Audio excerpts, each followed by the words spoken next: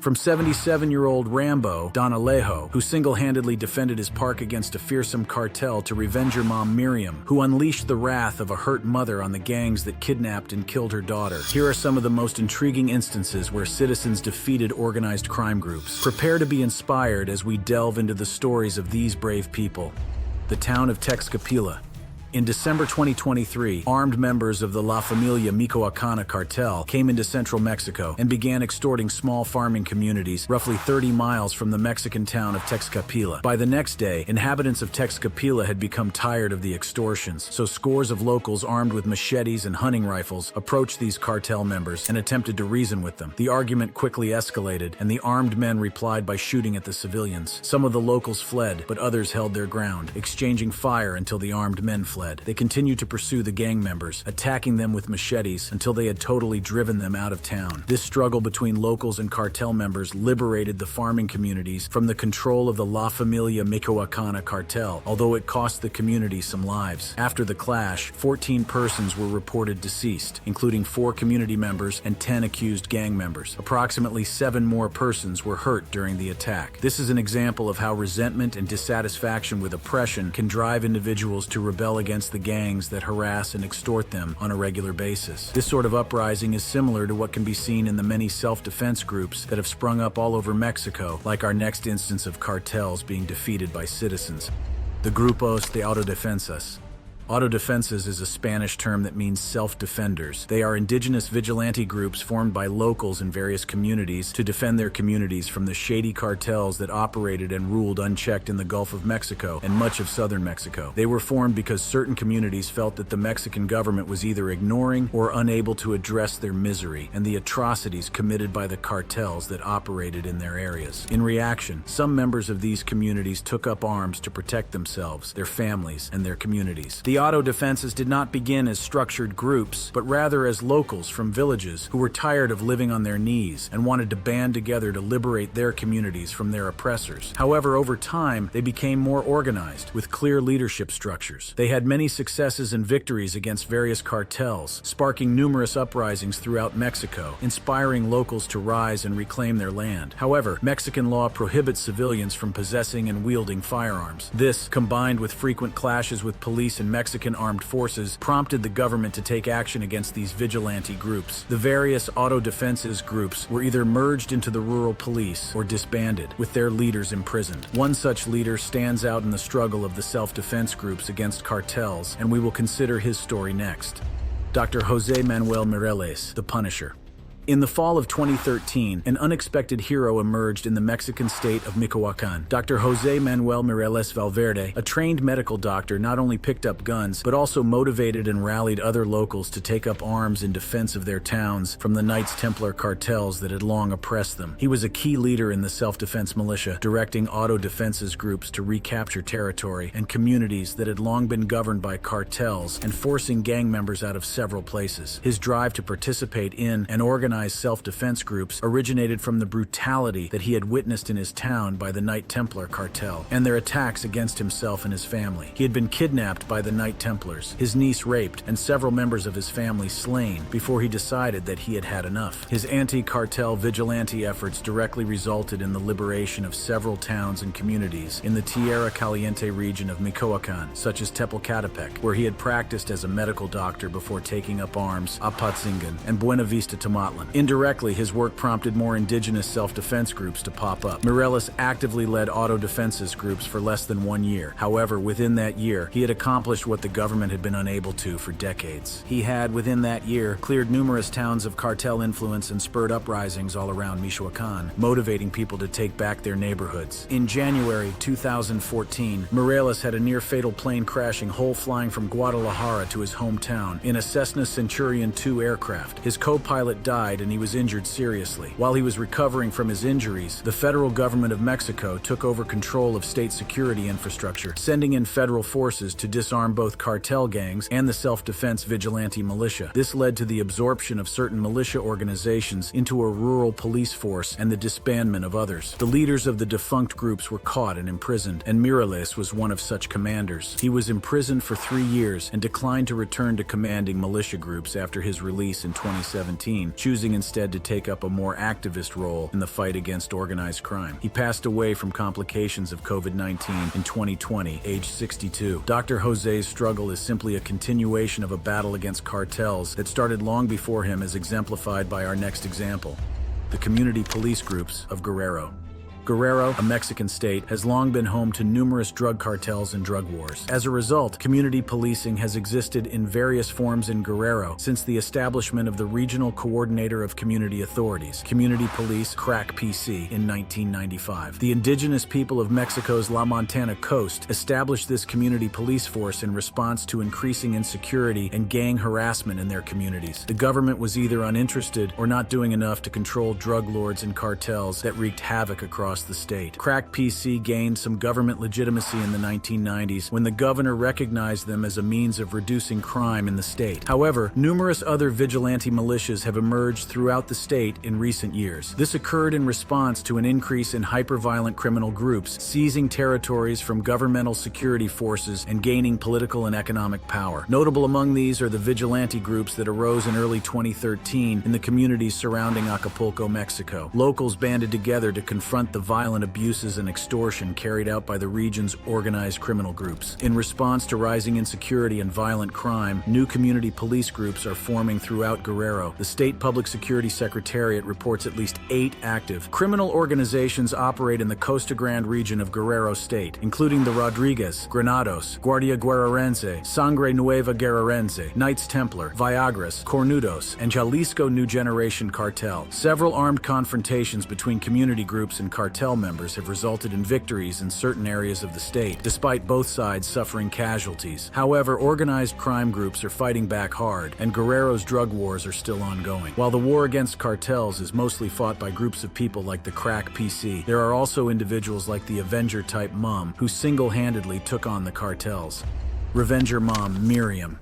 Miriam Rodriguez, a middle-aged mother, was surprised by the lack of support from authorities after her daughter, Karen, was abducted in 2012. She then resolved to take matters into her own hands and search out her daughter's captors. In a move like something out of a Hollywood blockbuster, she initiated her own investigation into the kidnapping. This investigation would lead her to various regions of the country and cause her to take up numerous identities in quest of justice for her child. After a lot of hard work, she was able to find that the Los Zetas cartel was responsible for her daughter's abduction, and she managed to identify one of the guys engaged in the crime. She continued her inquiry to collect enough evidence against this man to take him down and put him behind jail. Disguising herself as a health professional, and with the aid of her son Luis, she was able to perform a survey on the neighborhood where he lived and acquire enough information on him, leading to his arrest. Once he was behind bars, he freely gave over the identities of other gang members, kickstarting the next phase of investigations for Miriam. She began to hunt down the names on the list and ultimately found one of them, an 18-year-old male, whom she was able to convince to give up her daughter's location. Sadly, this young man would inform her that her daughter had been killed. Instead of being deterred, this sad news spurred a now grieving Miriam to pursue justice more than ever before. She discovered and excavated her daughter's grave and led a movement for mass excavation of bodies of persons who had met their ends at the hands of organized criminal gangs, providing closure and a degree of solace to their families and loved ones. Miriam would commit the rest of her life to tracking down the men responsible for her daughter's kidnapping and murder. Her research would go to tremendous lengths to gather additional details about these men. Within 3 years, she had been able to gather enough material leading to the arrest of at least 10 of those who had tried to flee prosecution. Apart from her efforts in bringing her daughter's murderers to justice, she also made attempts to support other families whose children had been abducted through the Colectivo Desaparecidos, the Vanished Collective group, and the San Fernando Mission Persons Activist Collective. Miriam knew the assignment she was taking on was risky. She requested armed protection from the government several times, but admitted that she was not afraid of being killed by the cartels. According to the New York Times, she once stated, "I don't care if they kill me. I died the day they killed my daughter. I want to end this. I'm going to take out the people who hurt my daughter, and they can do whatever they want to me." On May 10, 2017, the Mexican Mother's Day, Miriam was shot 12 times by gunmen who broke into her home and died on the way to the hospital. Her death sparked a massive public outcry and protests demanding that the government ensure the safety of human rights activists. Today, her son Luis, who had worked closely with her, continues her work of assisting families of abducted victims find justice and closure. Every time individuals like Miriam stand up to the cartels, many others are inspired to do the same. Next up, we will see the story of another individual who single-handedly defeated a cartel and inspired many. Alejo Garza Tamez, 77 years old, Rambo. When faced with threats from a more powerful person or group, most people would cower in fear and submit. Don Alejo Garza Tamez was definitely not most people. Don Alejo was a Mexican rancher, farmer, and recreational hunter in Padilla, Tamaulipas, Mexico. He was taught the value of hard and honest work growing up and the need to stand up for oneself. With the assistance of his brother, he was able to invest in 2,000 hectares of land near Ciudad Victoria, where he built the San Jose Ranch. He invested all his love and time in developing this farm, and it became his pride and joy.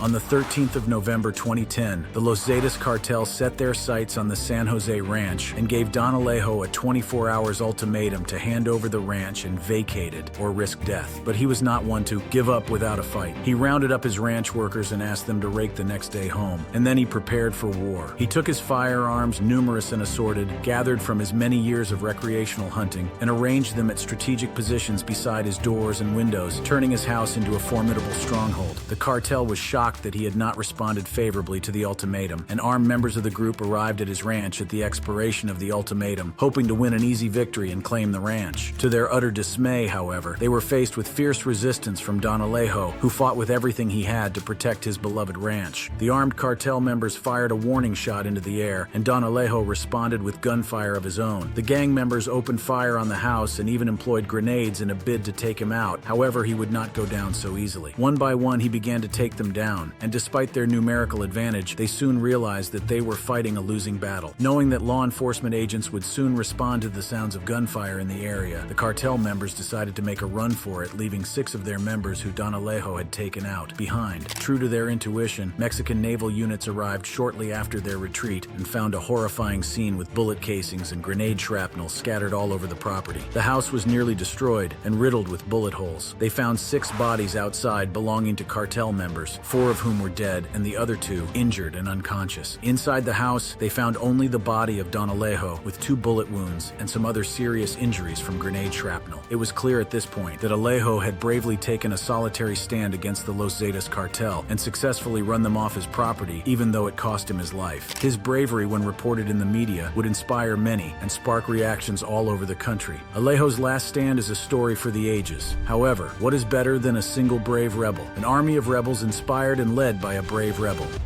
Mexican farmer Hipólito Mora. A Mexican farmer, Hipólito Mora Chavez, took matters into his own hands when cartel activity in La Ruana, Michoacán Ito was escalating day by day. He formed a vigilante self-defense group to confront the infamous Knights Templar cartel, which had been wreaking havoc in the region. The Knight Templars cartel had been committing various atrocious acts such as kidnapping locals, harassing, and extorting lime farmers and ranchers in the region for years. However, what prompted Mora's revolt against their reign was their stopping his son from picking lemons from their own farm. At this point, Mora had heart enough and decided to take up arms against the cartel. Determined to wage a complete war against the cartel and drive them from the region, he spearheaded the formation of La Ruana's self-defense vigilante group and began to attack the cartel without any external support or help. Mora's bravery and small-scale victories prompted the Mexican government to step in and provide him with military support. Together with the Mexican troops, Mora and his band of vigilantes were able to drive the organized criminal organizations out of the state of Michoacán. Their success in driving the Knights Templar cartel out of the state inspired many other towns in the region to take up arms and reclaim their lands from organized crime groups. After their success in Michoacán, most leaders of the self-defense groups left the state to continue their anti-cartel work elsewhere. Mora was one of the few to stay behind and hold the fort. The year 2014 brought a lot of instability to the vigilante militia groups as the Mexican government was determined to disarm both cartels and vigilante groups. This led to a lot of splintering and faction formation, setting vigilante group leaders against each other. Mora's main rival in the ensuing contest for control was El Americano. In December 2014, a clash between Mora's group and El Americano's ended in heavy casualties on both sides, including Mora's son. Mora was heartbroken over his son's death and could often be seen wearing his son's bulletproof vest with its many bullet holes, the vest he had been wearing the day he was killed. Not deterred by his son's death, however, Mora continued his campaign campaign against the cartels and ventured into politics at some point. On the 29th of June, 2023, Mora was killed in an ambush by unidentified gunmen. They cut off the vehicles he had been moving in and opened fire on them before setting them ablaze, killing him and his 3 bodyguards in the process. His death marked the end of an era of civilian rebellion against cartel oppression for many Mexicans. Many Mexican towns were liberated by the works of men like Mora, but some other towns refused to wait for an external savior but took their own liberty by their own hands. Let us consider one of such towns. The town of Cherán, Mexico. What happens when people get tired of being harassed by gangsters? On the 15th of April 2011, the people of Cherán, a town in Mexico, took up arms against the gangsters that had long wreaked havoc on their community. Perhaps the most interesting part of this uprising is the fact that it was spearheaded by the womenfolk of Cherán. For many years, the cartel members had killed and kidnapped locals and extorted small businesses without check. However, things came to a head when they began to cut logs from the town's forest. The timber trade is one of the focal points of Cherán's economy, and the deforestation was also affecting the water levels of one of Cherán's water springs, which they needed to water their cattle. Concerned women of the town began to meet in secret to make plans on getting rid of the loggers without bloodshed. A group of these women boldly ventured into the forest to speak with the armed loggers. However, they were abused and chased away. At this point, the women re-strategized and decided to wait for the trucks that moved the harvested logs out to the town. They would confront these trucks in the open and hopefully gain the support of their neighbors and townsfolk. In the early hours of Friday, 15th of April 2011, they put their plans in motion, blockading the loggers' pickup trucks and taking them hostage, and the Cherán Levantamiento uprising began. A church bell and several fireworks were used to alert the community of danger, and many of the townsfolk came running to the women's aid. The cartel members were taken hostage until the mayor, the police, and other armed members of the cartel arrived. However, things got heated between the various groups, and in the ensuing clash, the townspeople of Cherán drove out the cartel members, the police, and local politicians. They suspected the latter groups of collaborating with cartels to exploit their community. The town of Cherán is now a self-governing entity, dispensing justice for minor offenses and policing its own streets. Major crimes are still referred to the state's attorney general, but there have been no major crimes in recent years. Cherán has become a small island of peace in the war-torn state of Michoacán, Mexico, and all because of the bravery of a few strong women. Moving on, here is another town that decided, like Cherán, that they had had enough. German Toro Ramirez and his Santa Maria Ostula self-defense group. German Ramirez, popularly known amongst vigilantes as Commander Toro, was a school teacher in Santa Maria Ostula, a largely indigenous village in the Aquila municipality of Mexico. However, after suspected cartel members abducted and killed his father in 2013, he abandoned teaching in the classroom for teaching in the bushes, training his neighbors and friends to wield weapons and resist the organized crime organizations that terrorized the area. He based his recruiting strategy on appealing to the anger that people felt each time a member of their family was abducted, extorted, or killed. As the impunities of the cartels increased, so did the strength of the vigilante group until they were able to evict the gangs who operated in their village. In 2019, many years after most of more popular self-defense groups had been disbanded or met sad ends, the self-defense group of Santa Maria Ostula was still very much active. Over 200 armed vigilantes under Ramirez patrol the borders of the village and kick out any unwanted invader. Ramirez chose to channel his grief from losing his father into organizing his friends to defend their homeland and prevent others from experiencing the same tragedy. His bravery resulted in a safer, more peaceful village. Let's take a break from Mexico and consider another country where the people rose up against organized crime. Adiopizzo Anti-Mafia Movement of Sicily. In 2004, an anti-mafia movement started in Sicily that would defeat the mafia that had held the region in a chokehold for centuries, not through violent clashes, but through social reforms and active citizenship. The movement, known as Adiopizzo, meaning goodbye extortion, was started by a group of 7 friends who had just finished school. They were amazed at how readily society accepted the pizzo regime of the mafia groups and paid the pizzo as some form of mafia tax. The campaigners put up posters that read, "A society that pays the pizzo is a society without dignity."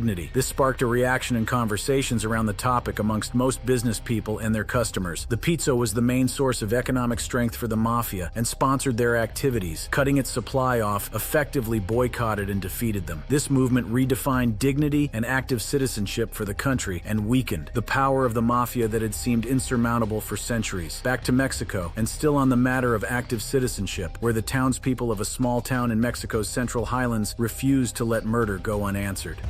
the uprising of Nuevo San Juan Parangaricutiro. Following news of highway murders in January 2018, angry residents of the Mexican Central Highland town of Nuevo San Juan Parangaricutiro descended on affiliates of the Los Viagras drug cartel in their town and overpowered them. For many years, the Los Viagras cartel had terrorized Nuevo San Juan Parangaricutiro, a town of about 22,000 residents in the Central Highlands of Michoacan, Mexico. The townspeople suspected their local authorities of having ties with this cartel, but did nothing about it until one morning in January 2018, when a member of the local vigilante militia was murdered by a known assassin of the Los Viagras cartel. Arming themselves with the different arrays of weapons they could find, the local vigilante group Movimiento de Vigilancia Local, MOVIL, along with another mostly allied group called the Consejo, descended on the home of the local drug boss, El Gaston, whom they blamed for the murder as they believed he was affiliated with the cartel. A gunfight ensued that left El Gaston's brother dead and forced him to flee with his henchmen. This led to the successful ousting of the Los Viagras cartel from the town, ending their regimen of terror. 8 months later, the abduction of 3 locals would provoke another uprising. This time, the villagers would descend on their mayor and his 7 city council members, whom they believed to be indolent in dealing with the cartels and the threat they posed. They set up roadblocks at the entrance of the town and called for government action to return those who were abducted. Just like Nuevo San Juan Parangaricutiro, the town we look at next also decided that they had had enough of the excesses of the cartel. The Tancitaro Uprising. In response to growing extortion of local avocado farmers by cartels in the region, the townspeople of Tancitaro banded together to form militias. These militias drove both cartel members and members of the police force, whom they believed to be complicit in cartel activities, out of the town. In 2013, an organization of wealthy avocado growers known as the Junta de Sanidad Vegetal, or Plant Health Council Orchard Owners of Tancitaro, a town in Michoacan, sponsored the formation of a local vigilante militia. These orchard owners had grown tired of the frequent extortions from members of the Knights Templar cartel that threatened their livelihood and families. The militia formed by townsfolk banded together to eject the cartel and government officials, including the police, from the town. With the exit of the government and police, Tancitaro became a self-governing town with a local police force sponsored by the Avocado Owners Association, keeping the peace. The town also has a network of independent vigilante groups made up of volunteers that stand ready to band together in periods of larger emergent threats. While towns like Tancitaro have obtained their freedom through an internal struggle, freedom has come by external aid to towns like the next one on our list.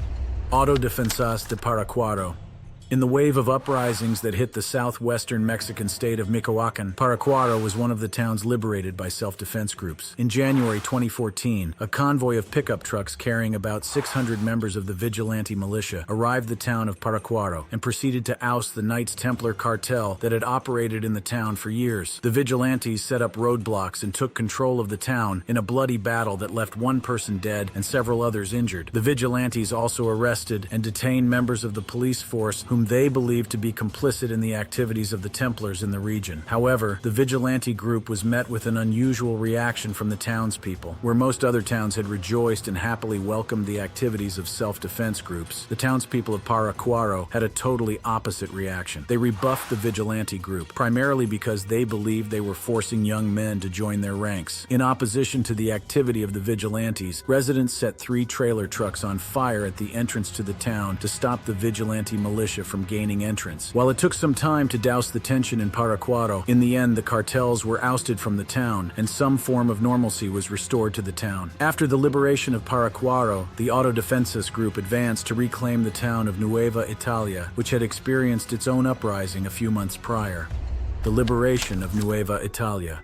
Nueva Italia, a town in the Mexican state of Michoacan, had long been under the oppressive regime of Los Caballeros Templarios, the Knights Templar cartel, until the townspeople got tired, formed self-defense groups, and rose up in opposition, driving the cartel out of the town and regaining control. Under the Knights Templar cartel, it had been an unending cycle of abductions, killings, and extortion until no one dared move unless the cartel said so. According to the townspeople, it got so bad that the cartel would ask them to bring out food they had been saving saving up and then destroy the food in their presence by driving over it. However, on the 24th of February 2013, residents of the town took up arms and formed self-defense groups to confront the cartel. Members of the cartel lived and operated freely among them, so it was easy to identify them and chase them out of the town. After this uprising, the town was controlled largely by the self-defense groups until the cartels returned later in the year. However, in January 2014, vigilante groups advancing from Paraquaro entered Nueva Italia, engaged the cartel members in a 40 minutes gunfight, and reclaimed the town. We end this series by bringing you something a bit unusual: a group of fearless women who take up arms to oppose the organized crime groups that made them widows and fatherless. Female vigilantes fight back.